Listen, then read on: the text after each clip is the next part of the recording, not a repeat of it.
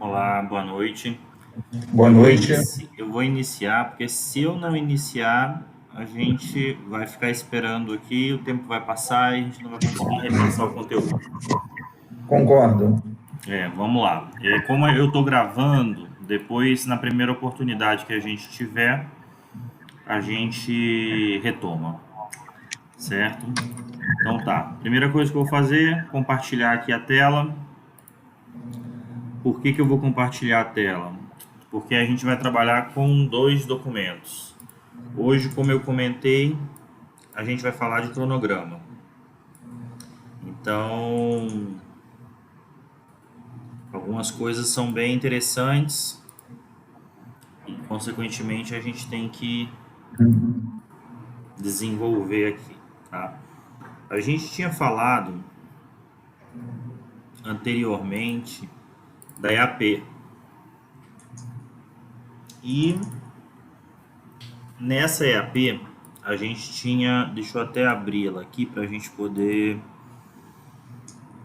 falar sobre esse assunto.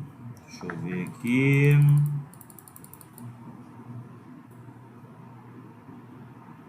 Aqui.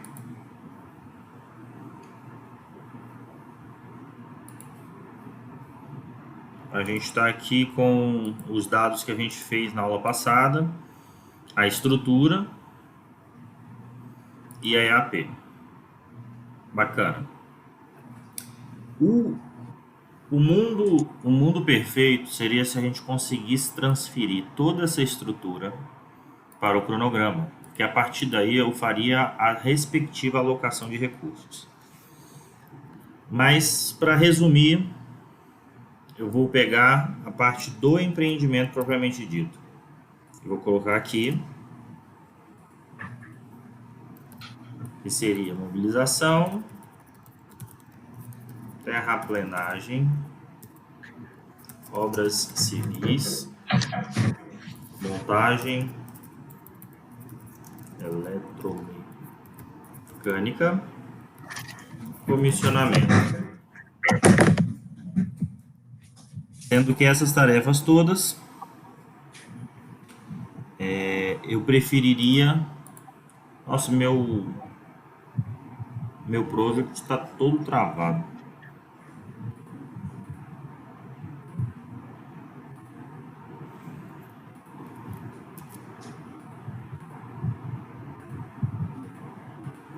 Vou colocar para que todos sejam automáticos, né? E novas tarefas, automaticamente. Perfeito. Então, vou chamar isso aqui de obras de implantação. E vou colocar todas essas tarefas de subtarefas da implantação. Beleza? Ok. O que se espera obter dessa estrutura? A capacidade de orçar uma equipe ou mensurar a quantidade de HH necessária para executar um projeto específico. Então, por exemplo, mobilização. Eu vou chamar patrulha. Não, mobilização, equipe. Aliás, vou chamar do canteiro. Eu preciso mobilizar o canteiro de obras. Tá? O que mais que eu tenho que mobilizar? Engenharia do proprietário que vai estar alocada na obra. Beleza, eu vou gastar 55 dias para fazer o canteiro. E a engenharia do proprietário, vou gastar uns 15 dias para montar meu time. Não chama engenharia do proprietário, é topografia, etc. E eu acho, como todo cronograma, eu tenho que fazer os links. Então eu acho que 5 e I mais 5. Então essas duas atividades vão ser realizadas em 60 dias e a gente já fez esse link. O ideal é que para terraplanar aqui eu tivesse um pacote chamado engenharia. E dentro desse pacote de engenharia eu tivesse projeto executivo. e o projeto executivo fosse um subitem. E digamos que eu gaste 200 dias decorridos para o projeto executivo. Claro que eu teria que ter um detalhe aqui, né? Mas um dos primeiros projetos da terraplanagem seria a localização da subestação. Então, se eu dissesse aqui que ele ia gastar 22 dias e ele dependeria do projeto executivo, mas pronto, esse seria o meu primeiro link. E, além dessa atividade, eu dependeria da engenharia do proprietário estar em campo. Beleza. Aí depois da supressão vegetal, raspagem da camada vegetal. Depois da raspagem, remoção do volume terra em corte. E por último, aterro compactado. Raspagem da camada vegetal é rápido, é só destinar. Remoção do volume de corte aí vai depender do volume. Vou colocar aqui 20 dias, mas depende do volume. O aterro compactado também depende do volume, vou colocar a mesma coisa. Aqui eu vou colocar na sequência. E por último, uma limpeza final.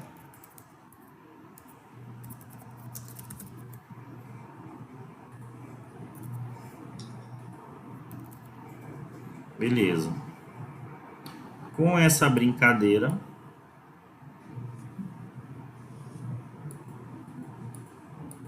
eu já tenho aqui a sequência das minhas atividades. Ok? Eu já tenho aqui a minha sequência das atividades. Vou escrever mais alguma coisinha aqui nas obras civis, não vou entrar muito no detalhe. Vou chamar a obra civil de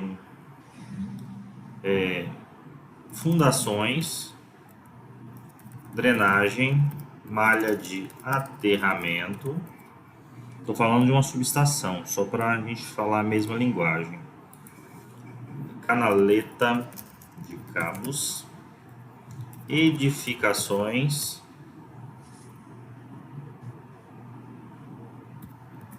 urbanismo.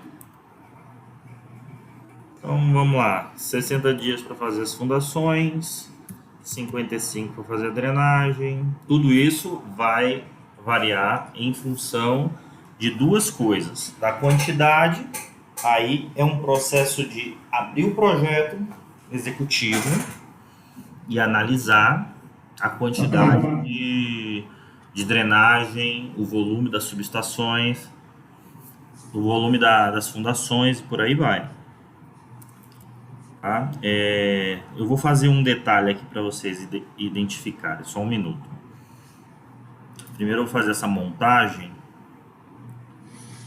e depois a gente fala sobre o detalhe. Então, por exemplo, eu coloquei aqui fundações. Aí eu tenho os transformadores, equipamento de pátio, pórticos. Beleza. Aí quando eu entro no transformador, eu vou ter trafo 01, partindo do princípio que eu tenho mais de um transformador, tá? Vou colocar aqui dizendo que são 3. Trafo 02, trafo 03. Ok? No trafo 01, eu vou colocar escavação,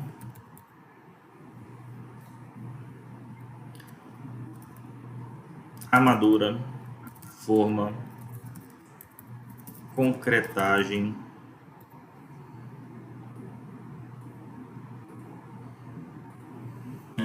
desforma, liberação para carga.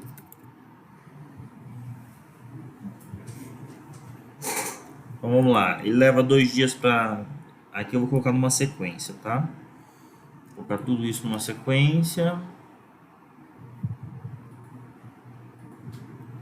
17, 18, 19, 20, 21. Todos eles na sequência. Então, 2 dias, 5 dias para armar, 3 dias para formar, concretagem é 1 dia, desforma também é 1 dia, só que ela demora, né? Vou colocar aqui TI mais 2. Liberação para carga, vou colocar 21 TI mais 5. E a liberação para carga posso deixar 1 dia. Ou seja, 20 dias eu estou liberando um tráfego, certo? Então, vou chamar esses aqui de 20 dias e esse daqui de 20 dias também. Aqui também são as fundações do pórtico, vou deixar com 15 dias aqui. Tá? O que isso quer dizer? Vou colocar aqui o mesmo link eu vou colocar depois da limpeza final, 12, para poder fazer a sequência, certo? Eu vou fechar aqui o trafo 1, vou colocar aqui com 16, início, mais 15 dias de defasagem, 23, início, mais 15 dias de defasagem. Beleza.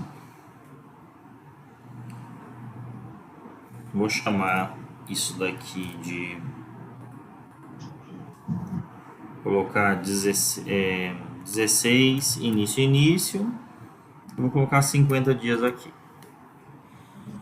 Os pórticos, vou colocar na sequência, tá? A drenagem pode iniciar logo depois que acaba. Tá. Por que eu estou entrando nesse detalhe? Porque eu quero falar sobre um item exatamente aqui, tá bom?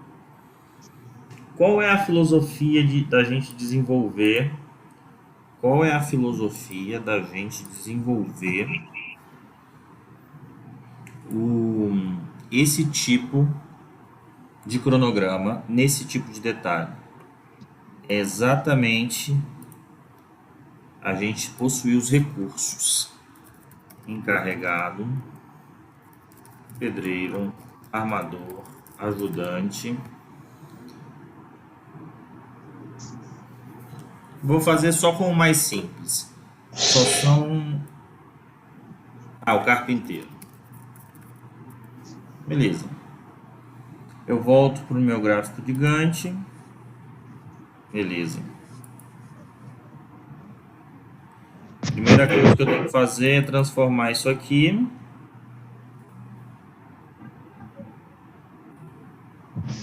em tarefas de duração fixa e que não são controladas pelo empenho, ok? E agora eu começo o processo de atribuir recursos.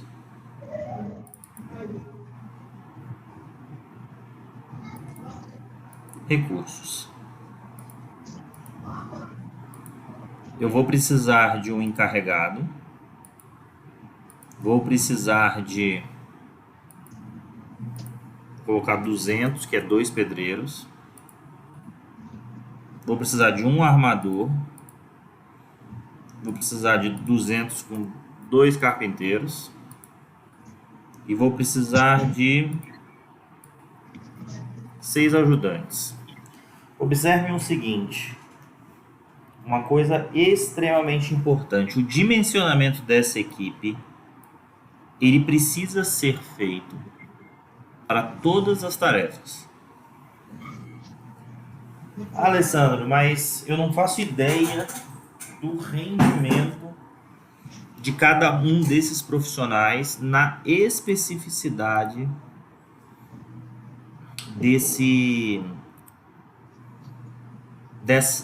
desse tipo de obra. Então você vai sentar com o seu encarregado e ele vai fazer o detalhe com você a respeito desses detalhes,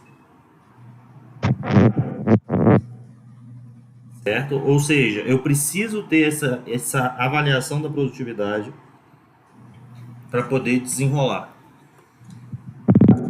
certo?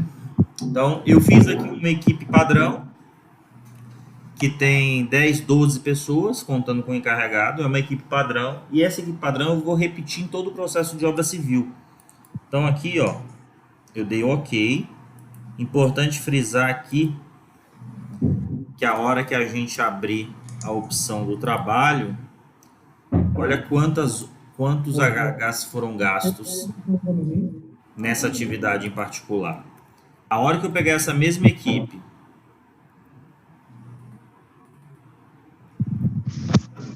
e aplicar na próxima atividade,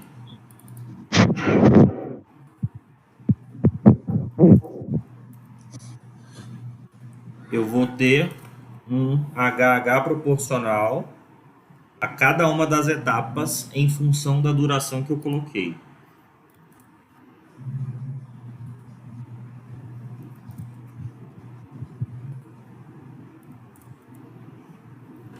Mas aí me pergunta, Alessandro, para que serve isso na prática? Observe, para fazer a base desse transformador, eu gastei 1.248 horas. Vamos para o Excel, que é no Excel que a gente vai fazer a mágica. Vou aqui criar uma planilha, vou chamar ela estrutura de decomposição de tarefa. Aí eu tenho diversas tarefas. O trafo 01 que a gente está tratando, né? Deixa eu ver, trafo 01, ok. Trafo 01. Como que eu vou avaliar isso aqui? Se eu vier para o uso, como eu só apliquei recurso no trafo, eu posso pegar o uso do recurso direto. Aqui, ó, o encarregado, o pedreiro, o armador, o ajudante e o carpinteiro. Se eu copiar essa planilhinha aqui, ele não vai deixar eu copiar. Vamos ver se ele vai deixar eu copiar. Não vai. Tudo bem, vamos lá. Encarregado, pedreiro, armador, ajudante e carpinteiro.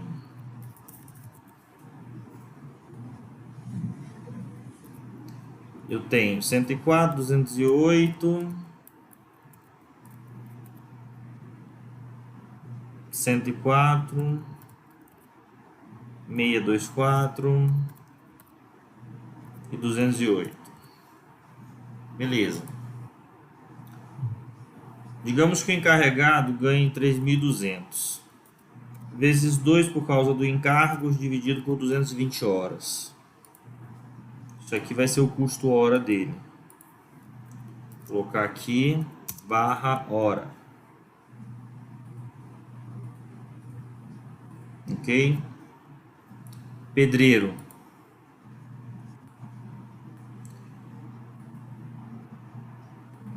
Média do pedreiro está em torno de 2.300. Armador também. O ajudante 1.200 e o carpinteiro 2.300. Quando eu fizer o produto disto, eu vou chegar à conclusão que para fazer custo de MOD, eu tenho um custo para essa base só de mão de obra de aproximadamente 20 mil reais, partindo do princípio que é essa condição. Só que tem outra informação extremamente importante que eu preciso entender. Como que isso está disposto no tempo? Então, vamos lá. Camada intermediária por semana, camada inferior por dia. Beleza. Onde é que está o meu recurso aplicado? Aqui, achei. Eu não vou colocar por semana não, vou fechar mais. Eu vou colocar isso aqui no mês e a camada intermediária por semana. Deixa eu tirar isso aqui da frente, reparem. Eu estou gastando 4 semanas. 4 semanas? 4 semanas, isso mesmo. Né? 5 do 4 a 12 do 4, 19 do 4, 26. Ok. Vamos ver o que isso quer dizer, tá? Como o meu Excel não está copiando, eu vou ter que escrever. Então, deixa eu ver se ele vai aceitar. Não, não vai aceitar. Então, vamos lá. 32, 40, 24.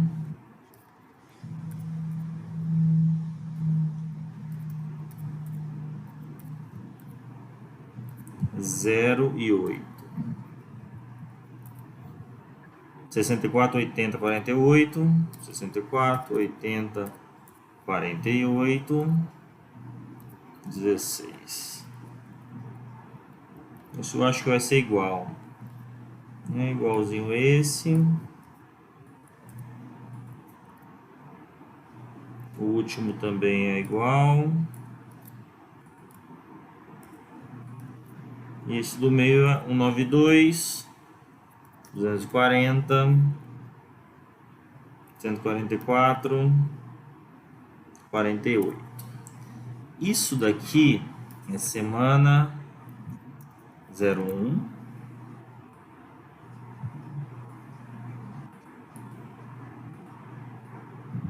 E essas aqui são as semanas seguintes. Até aí limpo, perfeito. Legal. Mas qual é o pulo do gato que a gente tem que fazer aqui? Claro que eu estou fazendo uma amostragem, eu teria que fazer isso para o cronograma inteiro. Eu deveria cadastrar isso no cronograma inteiro, tá? Se eu cadastro isso no cronograma inteiro, eu vou ter uma planilha muito mais completa, né? Mas onde que está o pulo do gato? Se isso aqui é uma semana, se eu digo que o mês tem 220 horas, uma semana, o mês tem 4 semanas, 220 dividido por 4, 55 horas. Então, se eu fizer igual esse dividido por 55, eu sei quantos homens eu preciso naquela semana. Só que é mais conveniente eu colocar um arredondar para cima para eu não ter erros imparciais na conta, certo? Então, a hora que eu fizer isso e eu arredondar, eu vou saber quantos profissionais eu vou ter durante todo o meu empreendimento. Se eu somo esses profissionais, eu tenho o que a gente chama de histograma. Então, observe. Nessa lista eu tenho estrutura de HH pelas funções.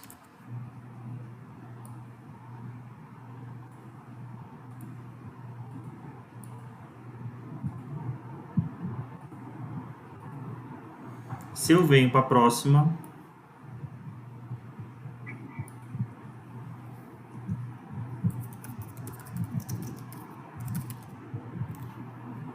eu tenho um histograma de recursos.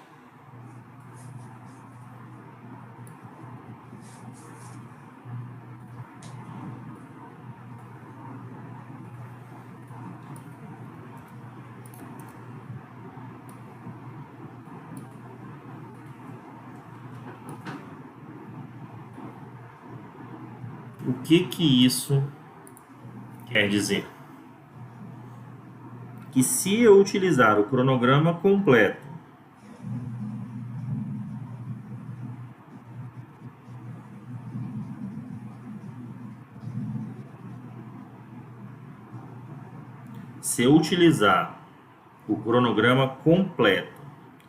para fazer todo o monitoramento dos recursos aplicados, ou seja, eu vou lá, vou fazer uma reunião com o meu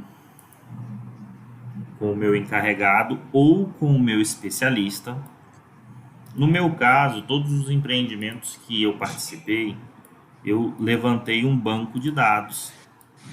E esse banco de dados, consequentemente, me acompanha como referência para eu poder fazer esse tipo de análise. Certo? Como vocês podem observar, eu já vou lançando os valores, que são os valores de conhecimento, entendeu?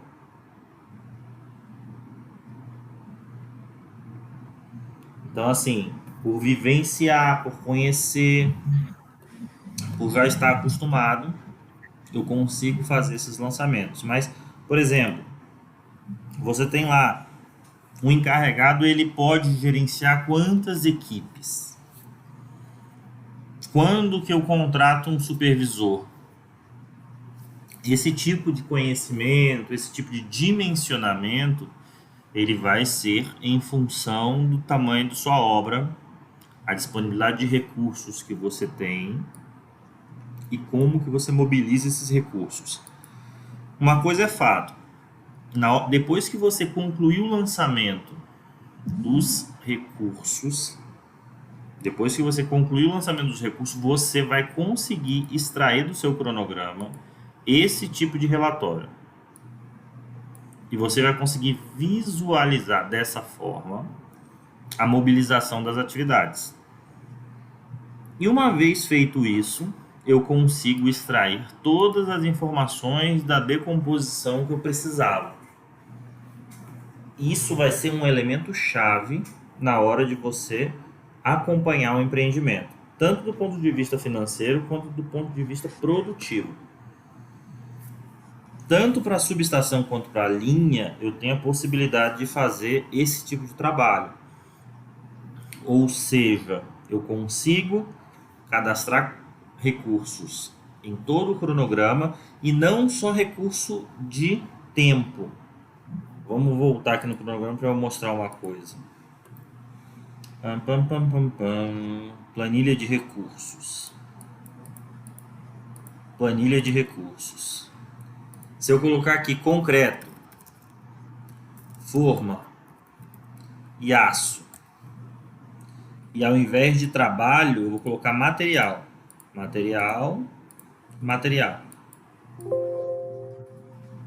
Ok? E eu volto para o meu gráfico. Eu digo que aqui a armadura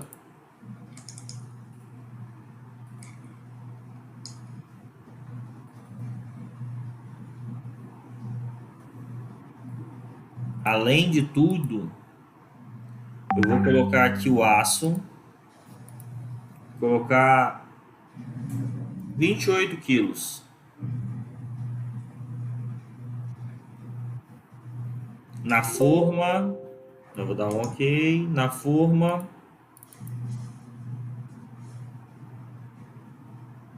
eu coloquei forma aqui, 200 metros quadrados. Na concretagem, eu vou colocar o volume de concreto. Foram 12 metros cúbicos. A hora que eu voltar para o uso do recurso, que era onde a gente estava, observe.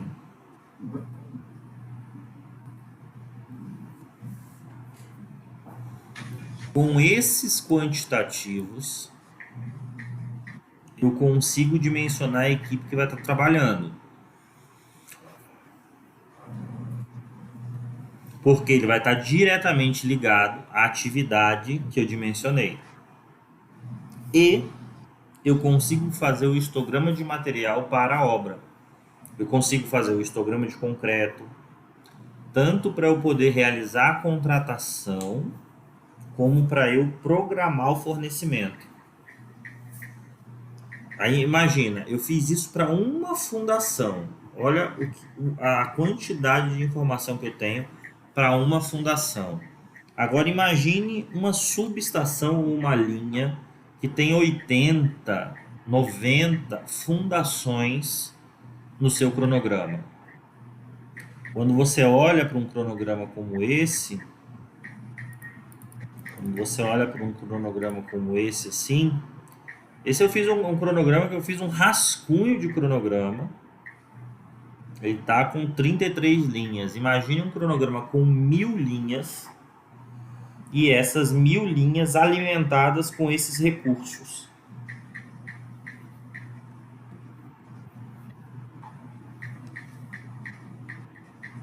Deixa eu compartilhar aqui, que o pessoal está me pedindo o compartilhamento do link. Espera aí que eu vou mandar aqui pro pessoal de novo.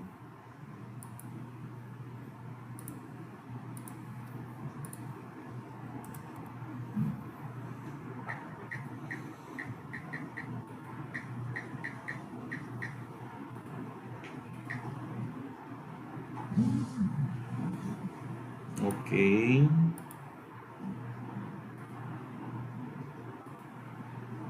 Então, por exemplo, é onde eu estava querendo explicar. Imagine se eu tenho 60 bases para eu cadastrar só a parte de fundação.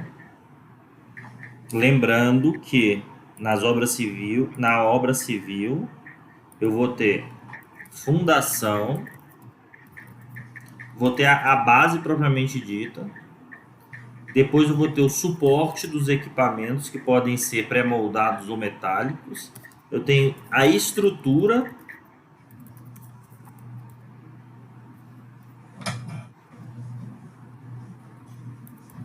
e depois eu vou ter o equipamento, que é a montagem propriamente dita.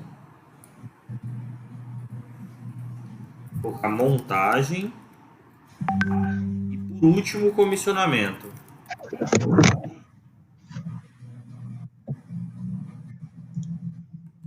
Certo?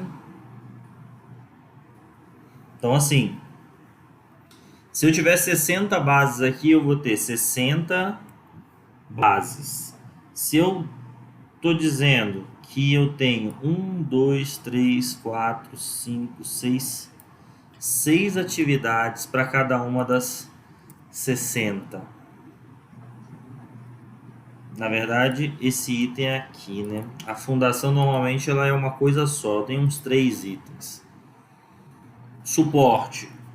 Se eu tiver a mesma quantidade, suporte, se ele for pré-moldado, ele só chega lá, então eu só coloco 1. Estrutura é a mesma coisa, mas aí tem os chumbadores e tal. Aqui pode ter 7, porque tem os chumbadores que eu posso fixar.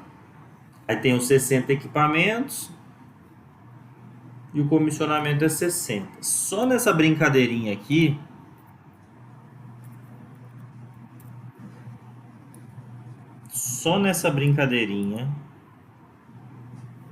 nada, o nosso cronograma teria 840 atividades, sem falar das tarefas mestras. Então, a capacidade do cronograma chegar a 1000 linhas é muito fácil, desde que eu entre com um nível de detalhe como esse.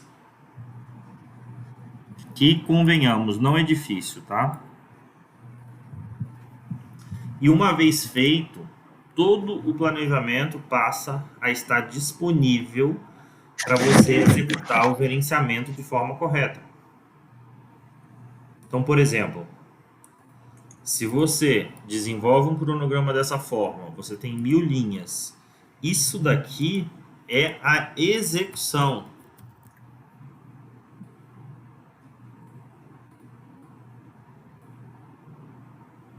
Mas antes disso, Antes da execução,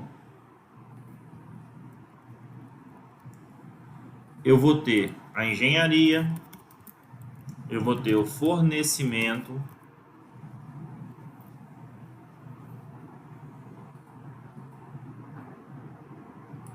é uma estrutura similar a EAP. Vou ter o meio ambiente, e cada um desses vai ter um desdobramento. Então, fornecimento, eu tenho assinatura de contrato a cada um dos fornecedores, emissão de ordem de serviço por fornecedor. Depois que eu emitir as ordens de serviço por fornecedor, eu tenho diligenciamento, que é para garantir que ele seja executado conforme previsão. Aí tem os testes de fábrica. E por último, a entrega. Vocês concordam que esse precisa estar concatenado com esse? Senão o negócio não para de pé. E por último, e não menos importante, eu não posso esquecer que essa sequência, fabricação, montagem, comissiona e energiza. Se eu não conseguir enxergar esse cenário dentro de um cronograma como esse, identificando que ele vai ter muitas linhas, vamos fazer uma coisa aqui.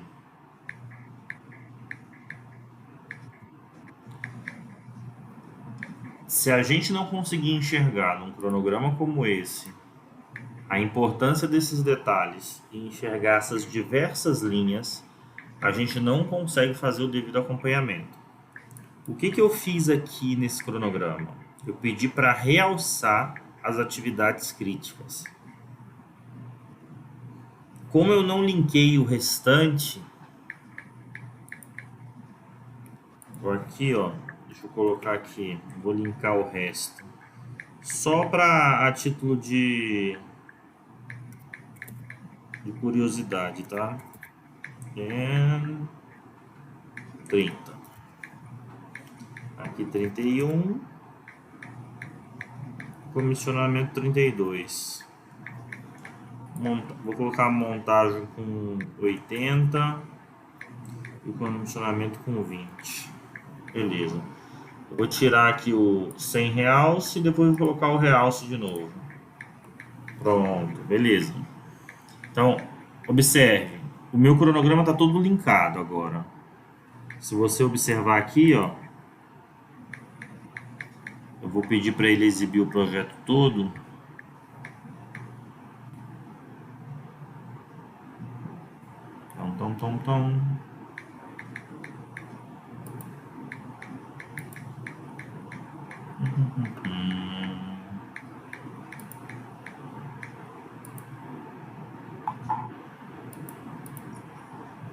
Tá tão esquisito esse meu projeto, tá dando trabalho, mas tá bom. Aqui, ó, meu projeto inteiro,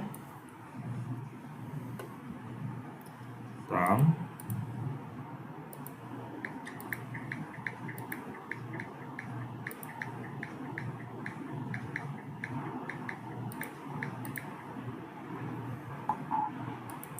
Tarefa resumo do projeto.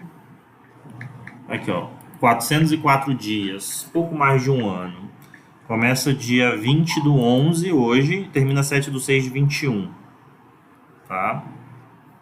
As tarefas estão resumidinhas. Caminho crítico, ele passa pela terraplanagem, abraça a obra civil inteira, porque eu estou linkando o pacote, eu não estou linkando as tarefas internas, tá vendo? Ó?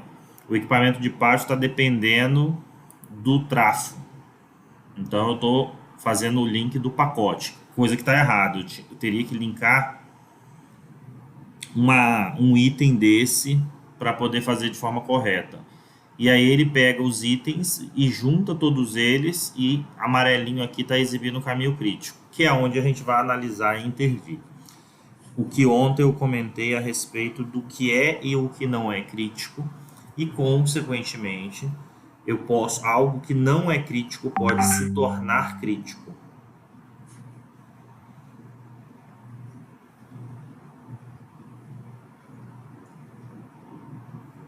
Certo? Por que essas preocupações? Porque são esses os documentos que a gente vai acompanhar no decorrer do trabalho. Ou seja, baseado no cronograma, nesse detalhe, nos recursos aplicados, eu vou fazer um gerenciamento estatístico, eu vou ter um histograma e vou calcular os respectivos atrasos das atividades que eu estiver monitorando. Esse seria o beabá, o feijãozinho com arroz, para poder fazer o acompanhamento tanto do cronograma da subestação quanto do cronograma da linha de transmissão. Eu preciso entrar nesse tipo de detalhe. Ele pode ser um detalhe ainda maior, porque, por exemplo, se eu vou aplicar um pré-moldado, eu tenho uma concretagem de segunda etapa. Ou seja, eu fiz a fundação, fiz a base, deixei um blockout, encaixo o pré-moldado, faço o preenchimento dos vazios com areia e depois faço a selagem da parte superior da base com o pré-moldado. Ou seja, eu tenho algumas atividades que eu também posso inserir. Aí vocês vão me perguntar, mas espera aí, beleza, quando que eu devo entrar nesse detalhe e quando eu não devo? A gente tem aqui no time, deixa eu olhar para quem é que tá. Tá o Coutinho, o Jonathan, o Igor e um que eu não sei quem é, eu acho que é a Joana, né? O que eu tenho o que a gente tem? Quais são as diferenças? Tá, aqui ó.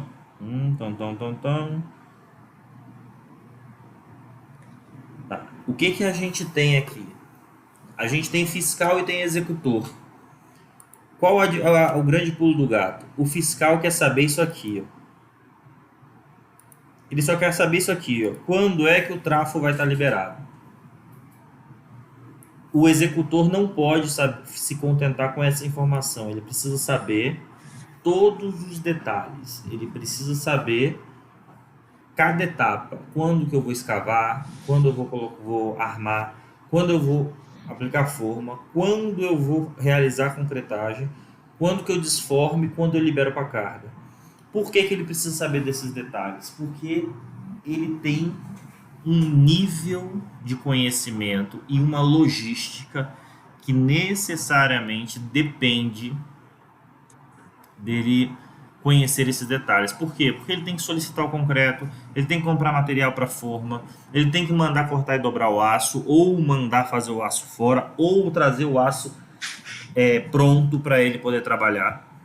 Então, assim, se você é executor, seu nível de detalhe vai ser muito maior. Se você é fiscal, você enxerga num nível de detalhe menor. Mas vale lembrar que você, quando fiscaliza, você tem que ter um cacuete para saber se o que ele está colocando dentro do prazo é factível ou não. Na grande maioria das vezes, eles não colocam prazos inferiores, mas muitas vezes eles colocam prazos superiores. Quando eu atuava como fiscal, eu fazia o cheque do cronograma e do histograma do proponente. Eu lembro que eu já desclassifiquei proponente de concorrência porque ele fez uma proposta de realizar a concretagem da subestação, que era um volume baixo, era um volume de algo como 3.500 metros cúbicos. Mas ele fez a proposta de fazer essa concretagem em 15 dias. Eu falei, nossa, ele vai fazer isso em 15 dias, sendo que não tinha nenhuma empresa que fornecesse concreto usinado no local para eles. Aí você faz uma conta. 3.000 e poucos metros cúbicos de concreto dividido por 15 dias. Quantos metros cúbicos de concreto dá ao dia? Para ele bater esse volume, que acaba sendo muito expressivo, numa betoneirinha no canteiro, ele não dá conta. Então, a proposta que ele está passando é uma proposta fictícia, que ele não vai conseguir dar conta de apresentar. Ou seja, a gente tem que ficar sempre monitorando, porque essas estatísticas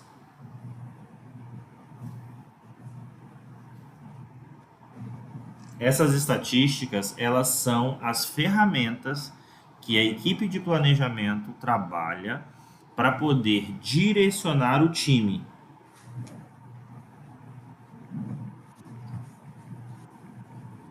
Ou seja, esse é o nosso instrumento.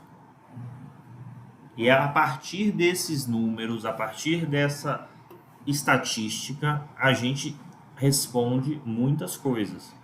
Teve um planejamento que eu fiz há uns 2 anos atrás, que eu revisei ele 18 vezes. Por que eu tive que revisar tantas vezes? Antes do empreendimento iniciar. Porque as diretrizes do cronograma, elas necessariamente te dão as diretrizes da curva de desembolso. Então, por exemplo, eu fiz esse arquivo aqui, mas lembra, essa curva, isso é a curva de execução do empreendimento. Se eu atrelo a parte monetária aqui, eu vou saber como que eu tenho que desembolsar o meu empreendimento. E aí isso vai ser chamar fluxo de caixa. Necessariamente o seu fluxo de caixa vai ser ditado pelo seu cronograma.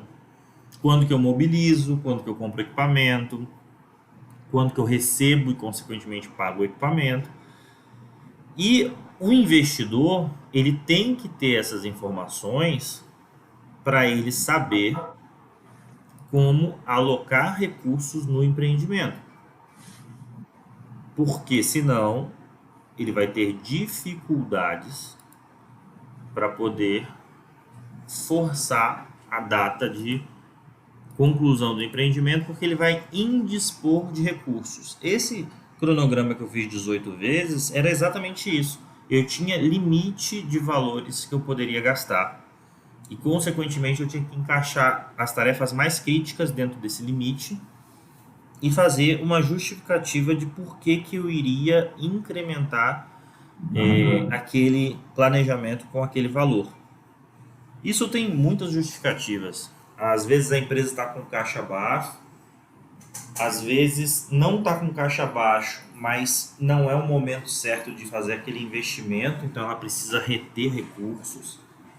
Ou seja, a gente tem sempre uma análise de viabilidade por parte da engrenagem econômica da empresa, que não é sempre que ela tem todos os recursos disponíveis para a gente executar. E a consequência disso, com certeza, é uma série de restrições, certo? Então, voltando aqui, a gente primeiro falou de escopo, né? Escopo, que a gente falou ontem. Isso aqui já foi, já tem não sei se todo mundo viu o link da aula, mas já está disponível lá, conforme eu combinei, fiz a postagem ontem. Hoje a gente está fazendo um detalhe bem crítico a respeito do cronograma. E a expectativa é, no próximo item, falar de fluxo de caixa, que é onde eu acabei de comentar. Tá? Histograma, a gente já viu de onde ele vem. Então vocês percebem que esses documentos são criados praticamente juntos e um está atrelado ao outro. E se uma atividade no cronograma atrasar, o seu histograma vai se mexer.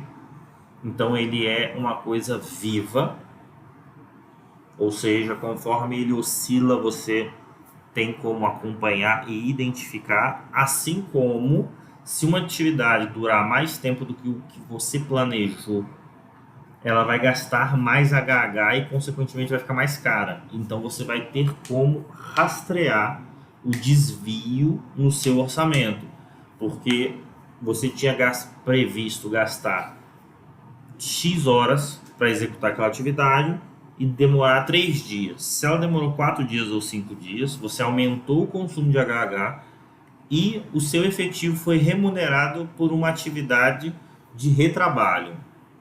E, consequentemente, seu custo para aquela atividade será maior. Isso é raro de acontecer? Não. Isso pode acontecer por diversos fatores. Pode ser um erro, pode ser uma revisão de projeto, pode ser um chumbador que foi aferido na posição errada, ou, conforme a gente comentou ontem, uma base que foi locada errado e, consequentemente, a gente teve que refazer. Certo? Deixa eu voltar para cá. Beleza. E por último, depois que nossa estruturinha está toda montada, a gente vai para os controles. Na verdade, eu costumo dizer o seguinte: até essa linha vermelha aqui,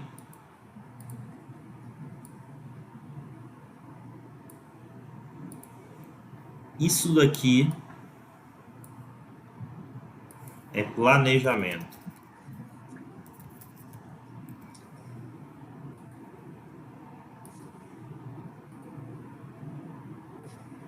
Ok?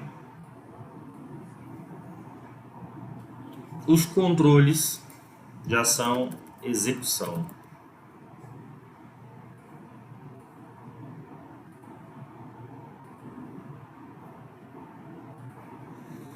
Por quê? Se você tem um planejamento pronto, é muito fácil realizar o controle. O problema é quando você entra de paraquedas no empreendimento e ele não tem essa documentação pronta e você precisa realizar o controle, mas o controle baseado em quê? Qual é a sua referência? O cronograma tem uma coisa muito interessante que se chama linha de base. Não vou nem colocar aqui, vou colocar assim, ó. Linha de base. Além da linha de base, o que mais que eu tenho? Caminho crítico. Uma vez que você tem um cronograma, o que mais que você tem? Programação mensal. Se você tem uma programação mensal, como controle, você tem relatório de desvio. E como controle também, você tem plano de ação.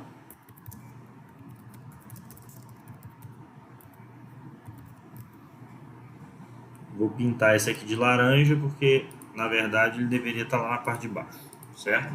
Mas todos esses itens fazem parte do pacote do cronograma. Ou seja, quando eu tenho o cronograma, eu consigo explicitar qual é a minha linha de base. Linha de base vem a ser o quê? A referência pela qual eu vou perseguir durante o meu empreendimento para garantir o sucesso. Ou seja, se eu chego e desenho essa curva azul é minha linha de base. Tudo que eu atrasar em relação à minha linha de base, eu vou saber referenciar. Eu estou 2% atrasado, estou 3% atrasado, estou 5% atrasado. Tá? Caminho crítico. Em toda a WBS, eu comentei isso ontem, em toda a WBS eu tenho atividades que têm folga zero. As atividades que têm folga zero são aquelas que, se atrasar um dia, gera impacto na sua energização. Isso serve tanto para a linha de transmissão quanto para a subestação. Alessandro, mas o que é crítico? Não sei, depende do cronograma. Cada cronograma vai ter um caso. Você pode ter construído a obra civil na maior velocidade do mundo. O caminho crítico era fazer a casa de comando da subestação. Nossa, você foi lá e arrumou um jeito do caminho crítico ser mitigado. Beleza. Aí seu transformador não chega na data que estava previsto. Acabou. Ele não era crítico antes, mas por algum motivo teve um problema na fábrica e ele não chegou no tempo certo. Qual foi o resultado? Ele não era crítico, ele passou a ser crítico, e a partir do momento que ele passou a ser crítico, ele gerou um impacto. E aí você atrasou o empreendimento por conta disso. Eu comentei aqui em cima sobre... Foi aqui? Deixa eu ver onde é que eu escrevi. Ah, eu escrevi no cronograma aqui, ó.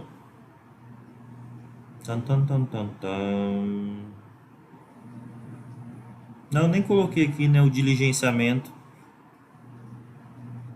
Não coloquei. Era para colocar no fornecimento. Eu acho que eu escrevi isso em algum lugar. Ah, escrevi sim, tá aqui, ó. Fornecimento. O diligenciamento, que é eu ir lá conferir. Porque assim, um transformador, ele tem um prazo razoável de produção de 12 meses. Dentro desses 12 meses, eu tenho etapas, que é praticamente um projeto dentro de um outro projeto. E como eu sei que ele está dentro do prazo? Eu faço o diligenciamento, eu vou lá, eu confiro, eu analiso. Ah, foi utilizado aquele relé que estava previsto na especificação? Ah, foi utilizado aquela chapa naquela espessura que estava prevista na especificação técnica. Todos esses detalhes a gente precisa fazer o diligenciamento.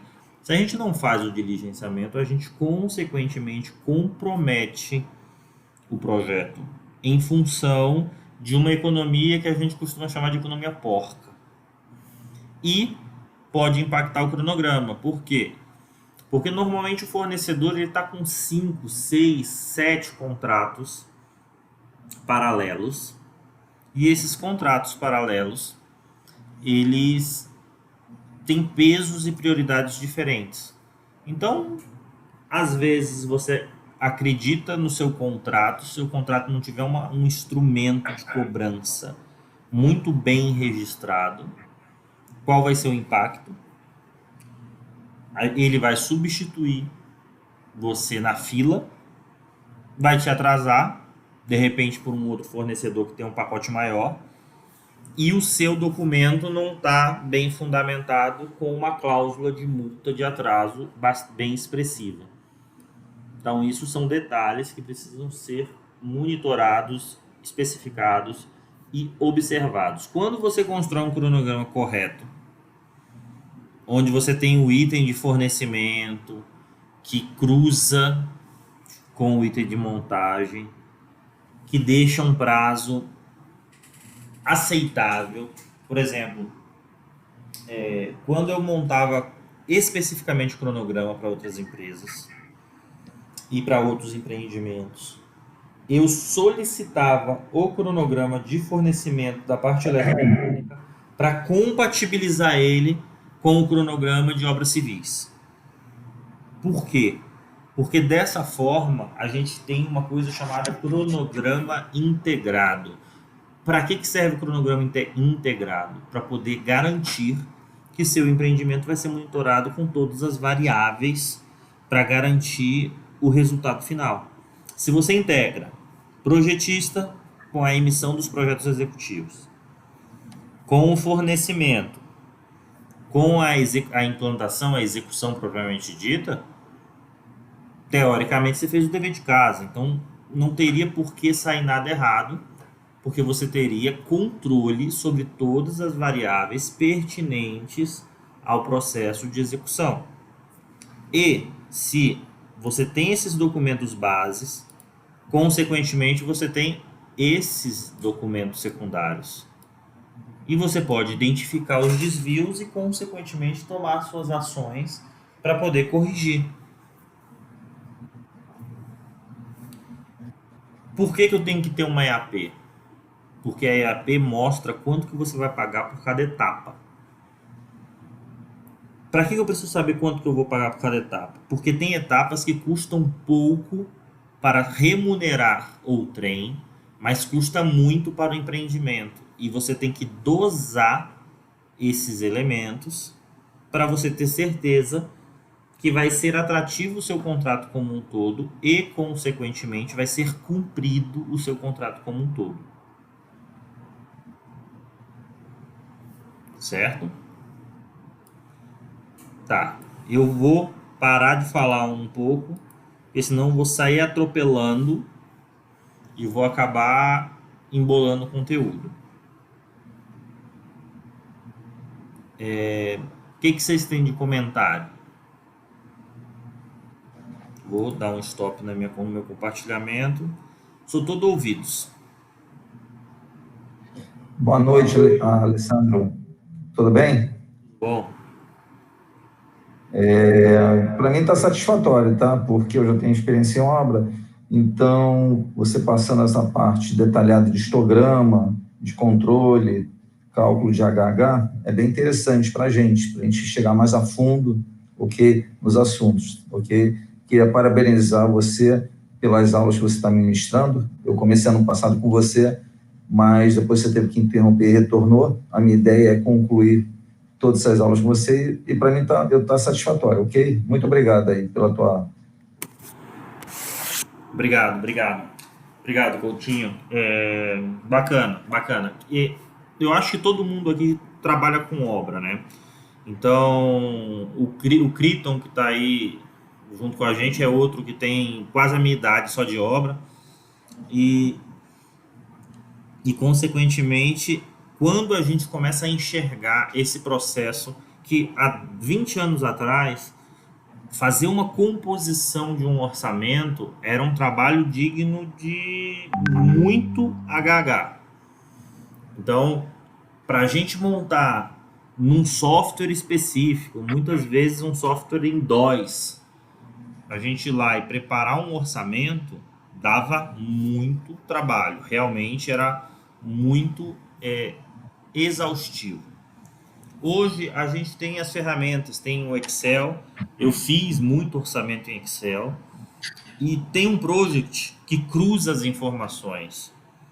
Claro, o ideal seria trabalhar com um sistema de gerenciamento completo, seria o melhor dos mundos, mas não necessariamente a gente consegue trabalhar com um sistema assim. Então, assim, quando a gente conhece o caminho para chegar. Então, Marcelo, como vai? Eu queria fazer... Tudo bem? Tranquilo, a família? Tudo bem? Tua irmã? Tranquilo? Tá bom. Eu queria fazer um pedido de pizza para apanhar daqui a pouco. Eu queria que você pudesse anotar. Uma pizza família, que é a maior de todas, né? A grande. Metade margarita. Coutinho tá com o som aberto aí na... Bota milho, tá, por favor. E eu queria trazer um refrigerante, a Coca-Cola. É 1,5 litro? Quanto você tem o teu? Meio, tá? Não, Coca-Cola. E que hora que eu posso passar isso? São 10 para as 9. Vamos pedir pizza, hein? Tá. Consegui. Então, beleza. Então, pessoal, antigamente a gente tinha muito mais dificuldade para poder montar a nossa estrutura orçamentária, né? Hoje a gente precisa fazer esses detalhes porque tem várias etapas do processo que necessariamente precisa consumir os recursos.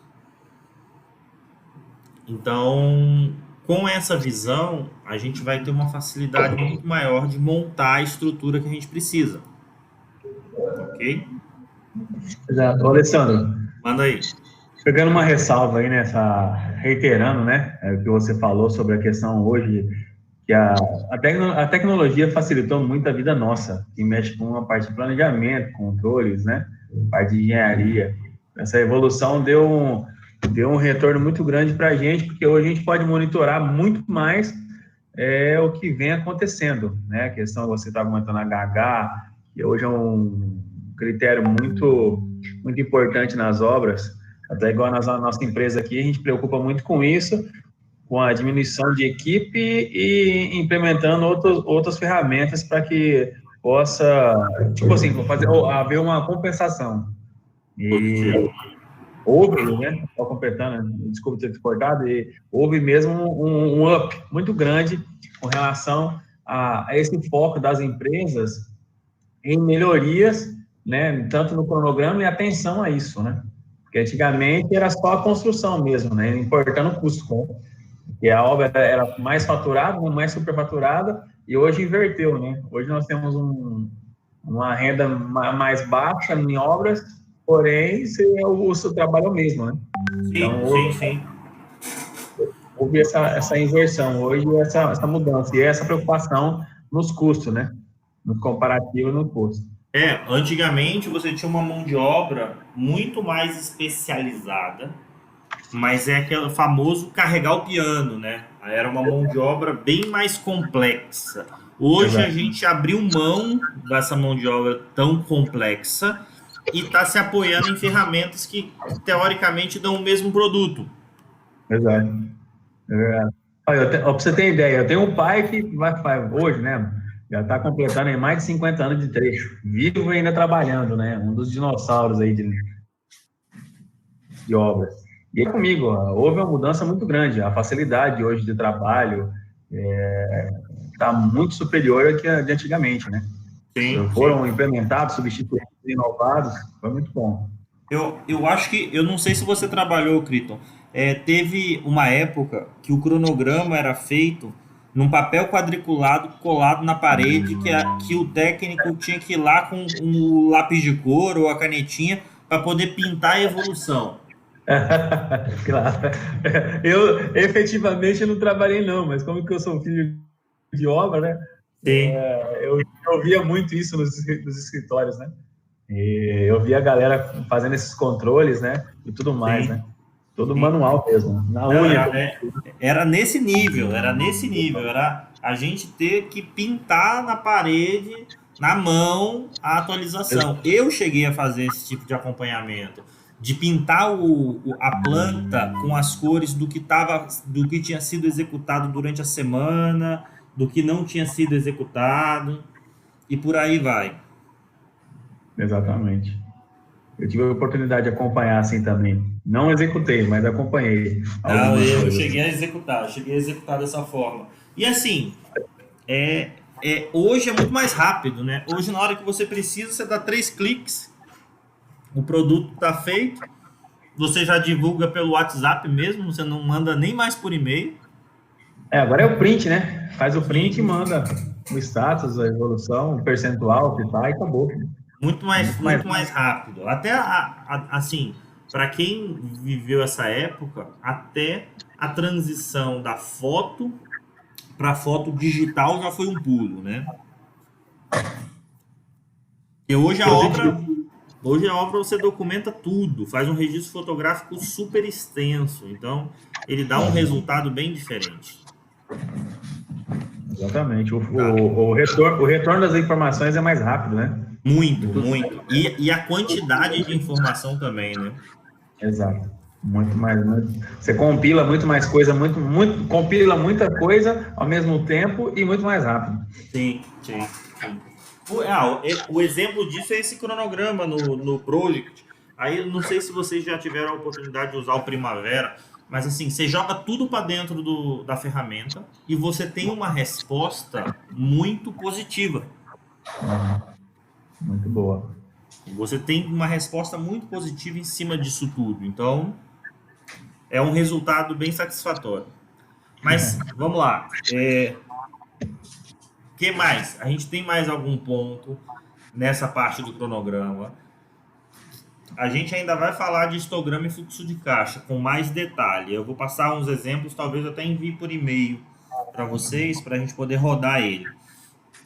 Fora isso, o que a gente tem de adicional?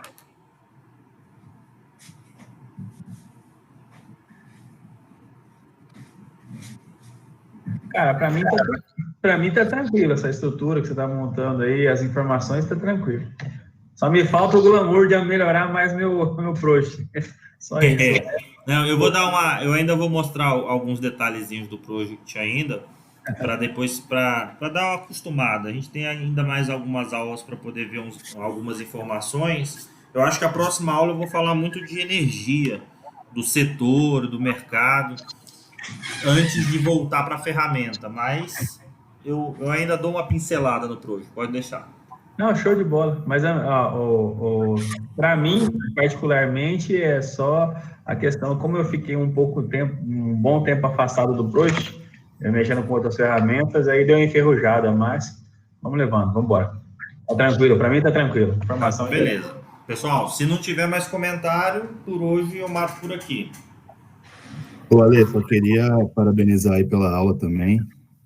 Como o pessoal disse, a ferramenta veio para ajudar, mas o principal mesmo é saber operar, né? Eu queria só agradecer aí pelo curso, por você estar podendo dividir esse conhecimento aí com a gente. Obrigadão. Opa, beleza. Alessandro, é o Coutinho outra vez. Só para fazer uma perguntinha. Amanhã a gente vai ter aula outra vez, esse horário, iniciando às 19h30? Positivo. Ok, estarei atento então, tá? Beleza, no mesmo link, o link é o mesmo. Amanhã às 19h30 a gente está junto aí de novo. Então boa noite para você, pessoal, boa noite para todo mundo, até amanhã. Beleza, pessoal, obrigado, até amanhã, abraço. Abraço, boa noite, tamo junto.